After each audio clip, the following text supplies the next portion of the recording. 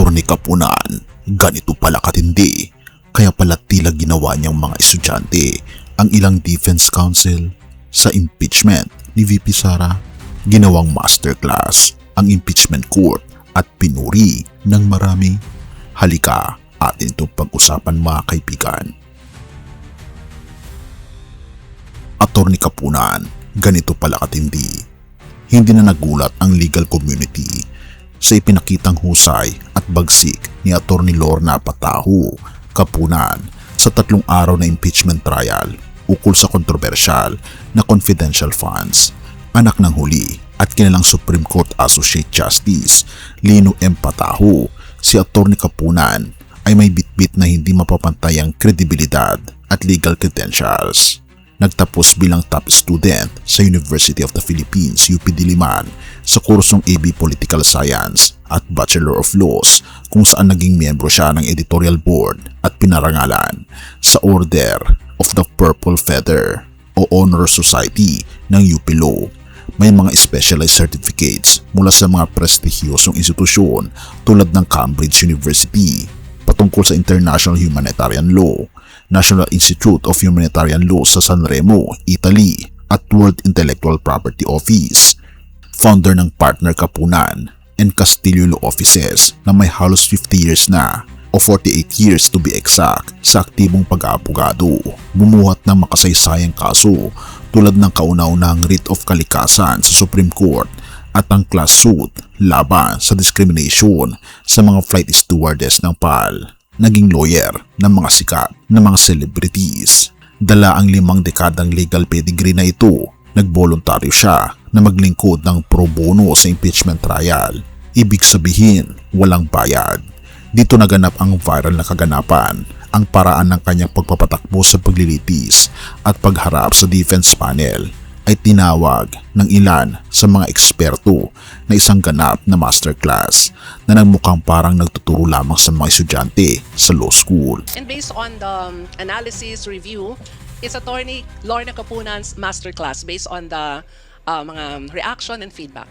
Maybe that will solve the problem of this court. We will use your documents, counsel. Will you still question using your own documents? Will you still question the authenticity of your own documents? Of course not, Your Honor. Of Then course not, maybe counsel. that is a possible solution, Your Honor. Let us use the defense documents instead of the prosecution documents. Para wag na tayong mag-compare. Thursday, Friday, manonood pa ako ng Odyssey. Inamin ni Attorney Kapunan na tila po na niya sa edad ang isa sa mga nakaharap niya na abogada sa defense panel sa halip na maghain ng formal na written pleading o comment hinggil sa judicial notice. Pinili ng abogada na mag-orally argue na lamang sa mismong plenaryo sa pamagitan ng pagbabasa ng kanyang kopya. Paliwanag ni Attorney Kapunan sa naging galaw ng defense. Sana final na lang niya kasi pag ganyan, pag matagal ka na sa practice, alam mo na walang nakikinig sa ganyan. It would have been better for her to have just filed the pleading. Dahil dito maraming netizens ang nakapansin na tila naging parang mga estudyanteng tinuturuan sa law school ang ilang miyembro ng defense dahil sa lalim at tumpak na kaalaman ni Kapunan sa tamang pamamaraan sa korte. Hindi naman masterclass yan. Ang feeling ko lang, after several years, kasi I'm probably double, lalong-lalo na yung lawyer kanila, no? I'm probably old enough to be her grandmother. Di ba? So, sana gusto ko ngang pagbigyan kasi syempre first time niya mag-appear. Kanya yung inargue niya na hindi sila nag-file down ng pleading para ng comment dito sa judicial notice, pero mag-argue na lang sila. Ang ginargue naman, binasa naman yung pleading. Sana final na lang niya, no? But I understand that. Bagamat tinawag na masterclass ang kanyang ginawa, itinanggi ni Attorney Kapunan at sinabing ito ay bunga lamang ng 5 dekadang karanasan at walang humpay na pag-aaral. Ibinunyag niya na ang buong prosecution team, pribado man o pampubliko, ay nagtatrabaho ng puyat at tuloy-tuloy kung saan magkasama pa silang nag-aalmusal at naghahapunan mula sa mga volunteers. In any event, it's not a masterclass. It's just that sanay na tayo eh. It is experience. But again, always say, even with 48 years of experience, there is no substitute for preparation. Kung makita nyo lang kung gaano mag-prepare ang public tsaka private prosecutors, buti na lang, binibigyan kami ng pagkain, breakfast, noon, and night, no? Kasi kami naman, volunteer. Ibinunyag ni Kapunan na ang kanyang kasamang prosecutor na si Representative Joel Chua ay literal na kasamang natutulog ang rules of court, kaya kabisadong kabisado nito maging ang Rule 130 on admissibility of evidence. That is actual preparation. Si Kong Joel nga, kasama niyang matulog yung rules of court niya. Ayan, ganun yung rules of court, no? Kasama, pag tinanong mo siya ngayon, Kong Joel, ano ba yung Rule 130 on admissibility? Aba, sasabihin niya sa inyo. Kasi minemorize niya yan. That is why it comes. It comes naturally. Hindi ito uwido. Binigyang diin niya na hindi ito itinadaan sa tsamba o hula-hula o uwido. Pinag-aaralang mabuti kung paano ipresenta ang napakakapal ng mga dokumento. It comes with this level of confidence. Tas, hindi uwido to. Hindi tayo nag-uuwido. Nag-aaral tayo at ini-evaluate rin natin kung paano i-present ang evidence. Lalong-lalo na voluminous documents. Ibinahagi rin ni Atty. Kapunan ang kanyang personal na gabay kapag nagpapatakbo ng pagsusuri sa korte. Una, sarili ang unang hukom. My own standards is myself. If I am there in the audience and I am bored, that means I'm not doing it right. My own standard is myself. I am the judge of myself. If I am there in the audience and I am bored, that means I'm not doing it right. I am my own judge. Pangalawa, pagbasa sa kilos ng senator judges. Kapag nakikita niyang nagsiselfone na o hindi na nakikinig ang mga senador, agad siyang nagpapatupad ng corrective measures o change gear. At saka pag nakita ko itong mga katabi ko na nagsiselfone na ganyan. Pag makita mo yung mga senator judges na kunyari nakikinig na ganyan pero nagsiselfone na ganyan, ay change gear ka na. Mag-corrective ka na, mag-corrective measures ka na. That means you're not interesting, you're not communicating, or it is too long. Pangatlo, alam kung kailan hihinto. Ang pinakamahalagang aral sa pag-aabogado ay ang paikliin ang presentasyon at alamin ang tamang oras kung kailan dapat huminto. As I said when I made my first manifestation, I said, know two things. Know when to present and not to present. Paikliin ang presentation and know when to stop. Yun, some of us don't know when to stop. And I will not name these senator judges.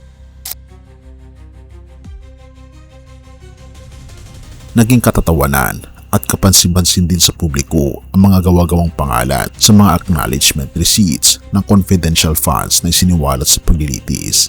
Gina Hasa. Oh, kasama tong pangalan na to. Ano pang mga Malu Wang, di ba? Ang daming mga nagvo-volunteer. Inilarawan nito ni Atty. Kapunan ng may halong komedya. Tila ba ang nag-iimbento ng mga fictional names habang nagmamadaling humabol sa 15-day deadline ng COA ay nakatitig sa kanyang merienda. May mga pangalang tulad ng Mary Grace Piatos, Nova at mga pangalang parang ingredients sa fruit salad tulad ng keso at mangga. Dahil sa malinaw na nakakaaliw na paraan ng papapaliwanag ni Kapunan, naiintindihan agad ng taong bayan na ang mga dokumentong inihaharap ay tila gawa-gawa lamang. Sasabihin ko sa'yo, meron pa kaming listahan, parang fruit salad. Kasi ang mga pangalan, may keso, may mangga, may ganyan. Parang yung nag-isip ng pangalan, nakaupo sa table niya ng lunchtime, ang pagkain niya ay fruit salad. Aba, masarap itong mangga, o masarap itong keso. Aba, so may pangalang keso ang apelyido. Kanya, pag nakita nyo isang set ng parang pang fruit salad. Hinahanap siya ngayon ng opisina niya, mag-produce siya ng listahan. Anong ginawa niya? Mary Grace Piatos. Ay, kulang pa. Mary Grace Piatos. Tapos, 3 Piatos ata yun eh. Pagsaludo ng kasamahan at ang hirit ni Tita Lorna. Labis naman ang paghanga na Representative Zia Lunto Adjung at Representative Joel Chua sa pagkakataong makatrabaho ang isang legal luminary. Sinabi ni Congressman Zia na inspirasyon niya si Atty. Kapunan at ang magagandang pagtanggap ng publiko ay patunay na nararamdaman ng tao ang katotohanan at ang paglaban para sa pampublikong kapakanan. Oh, I'm very fortunate to have worked with legal luminaries like Attorney Kapunan. Tsaka nakita niyo naman, di ba? Siya lang ang nakakagawa ng mga pinagagawa niya doon. Wala may kayang gumawa sa amin nun. Attorney Lorna Kapunan is in itself an honor, no?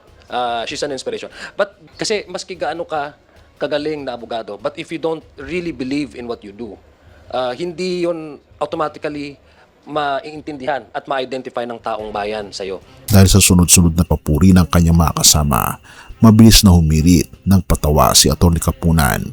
Sandali this is beginning to sound like a eulogy. Buhay pa ho ako, buhay pa. Sandali this is beginning to sound like a eulogy.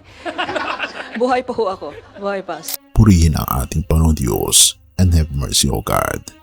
Ang ipinakitang kahusayan, kahandaan at paghahanda sa katotohanan sa gitna ng mga gawa-gawang pangalan at dokumento ay nagpapaalala sa atin na sa mundong ito, ang katotohanan ay laging lalabas at magtatagumpay. Pero higit sa katarungan ng tao at ng mga hukuman sa lupa, ipinapaalala ng banal na kasulatan na may isang banal na hukom na nagpapakita sa lahat ng ating lihim, ang ating Panginoon Hesus. Sa Kanya, walang naiimbentong pangalan o may kakailang aksyon, pero sa pamagitan ng Kanyang pag-ibig, biyaya, awa at katarungan, ipinagkakaloob Niya ang kapatawaran sa lahat ng lumalapit sa Kanya, nasusulat sa Aklat ng Gawa 17 verse 31, sapagkat nagtakda Siya ng isang araw kung kailan Kanyang hahatulan ang sanlibutan ayon sa katarungan sa pamagitan ng lalaking Kanyang itinalaga at Kanyang pinatunayan ito sa lahat ng Siya'y Kanyang muling buhayin mula sa mga patay. At sa Gawa 10 verse 43, lahat ng mga propeta ay nagpapatotoo tungkol sa Kanya na ang bawat sumasampalataya sa Kanya ay tatanggap ng kapatawaran sa mga kasalanan sa pamagitan ng Kanyang pangalan. Purihin ang ating Panginoon Diyos. Kaibigan, sa buhay na ito, maaari tayo maghanda sa lahat ng pagsubok sa pamagitan ng ating sariling lakas at talino, pero walang substitute sa paghahanda ng ating kaluluwa sa harap ng ating Panginoong Diyos. Huwag mong itago ang iyong buhay sa mga gawa-gawang katwiran. Inaanyayahan ka ngayon na lumapit sa ating Panginoon Hesus. Isuko mo ang iyong mga kasalanan, ang iyong mga alalahanin at ang iyong buhay sa Kanya.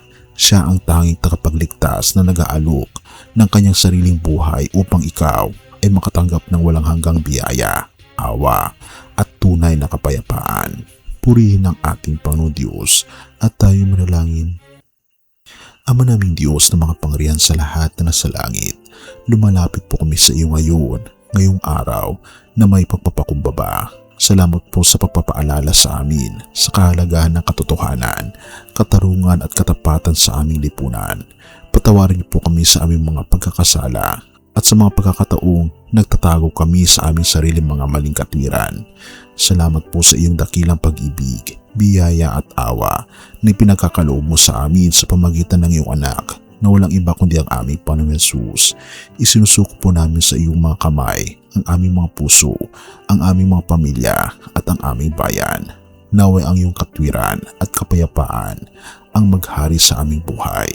Pinupuri po namin kayo at pinapasalamatan, O aming Panginoon Diyos, sa inyo pong dakilang pag-ibig sa amin, at patnubayan niyo po kami at patawarin po kami sa lahat ng aming mga pagkukulang at pagkakasala, at salamat po sa pagdinig ng aming mga panalangin, sapagkat ito po ang aming samot hiling, alang-alang sa matamis na pangalan ng aming Panginoon Hesus, na siya rin pong aming tagapagligtas.